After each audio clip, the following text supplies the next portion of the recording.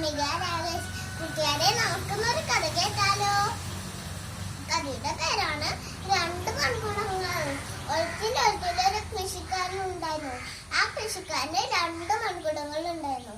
ആ കൃഷിക്കാരൻ എന്നും പുഴയിൽ പോയി രണ്ടു കുടത്തിലും വെള്ളം ശേഖരിച്ച് വീട്ടിൽ കൊണ്ടുവരായിരുന്നു. ഇങ്ങനെ ഒരു ദിവസം വെള്ളം ശേഖരിക്കാൻ പോയപ്പോ അദ്ദേഹത്തിന്റെ കാല് കല്ലുമ്മ തട്ടി വീണുപോയി. അയ്യോ, വീണുപോയി. അപ്പൊ രണ്ടു കുടം തട്ടി വീണു. ഒരു കുടത്തിൽ പൊട്ടി വിള്ളലുകളുണ്ടായി.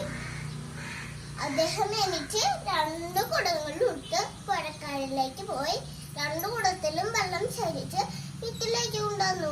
വീട്ടിലേക്ക് കൊണ്ടുവരുന്ന വഴി വെള്ളമൊക്കെ പോയിക്കൊണ്ടേയിരുന്നു.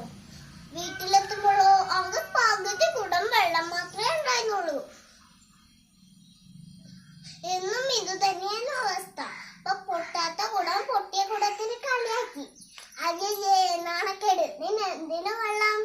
നീയാണെങ്കിൽ വെള്ളം കൊണ്ടുവരുമ്പോ വീട്ടിലെത്തുമ്പോഴേക്കും പകുതി വെള്ളം മാത്രമേ ഉണ്ടാവുള്ളൂ. നിന്നെ ആർക്ക് വേണം? കൃഷിക്കാരൻ വൈകാതെ തന്നെ നിന്നെ കൊണ്ടുപോയി കളയും. എന്നിട്ട് പുതിയ കൂട്ടുകാരനെ കൊണ്ടുവരും. അപ്പൊ പൊട്ടിയ കുടം വിഷമിച്ച് കഴിയാൻ തുടങ്ങി.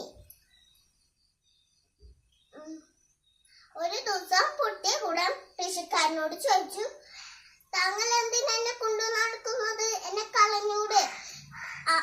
ഞാനാണ് ആകെ വിള്ളലുകൾ. വീട്ടിലെത്തുമ്പോഴേ പകുതി വെള്ളം മാത്രമേ ഉണ്ടാവുള്ളൂ. അപ്പൊ കൃഷിക്കാരൻ ചോദിച്ചു, ആര് പറഞ്ഞു? എന്റെ പ്രിയപ്പെട്ടവൻ നീയാണ്. അപ്പൊ ഞാൻ എന്തിനാ നിന്നെ കളയുന്നത്? അങ്ങോട്ട് നോക്കൂ, ഇങ്ങോട്ട് നോക്കൂ. ഈ കാണുന്ന പൂക്കളും ചെടികളും എല്ലാം എങ്ങനെയാണ് വളർന്നത്? ഞാൻ ഇവിടെ വിത്തുകൾ കുഴിച്ചിട്ടുണ്ടായിരുന്നു. നിന്റെ വിള്ളലുകളാണ് അതിക്ക് വെള്ളം നൽകിയത്. അതൊരു നല്ല കാര്യമല്ലേ? പിന്നെന്തിന് ഞാൻ നിന്നെ കളയണം? എന്റെ പ്രിയപ്പെട്ടവൻ നീയാണ്. അത് കേട്ട പൊട്ടിയ കുടത്തിൽ സന്തോഷായി. പൊട്ടാത്ത കുടവും ആണിച്ച് തല ഊന്നിച്ച് നിന്നു.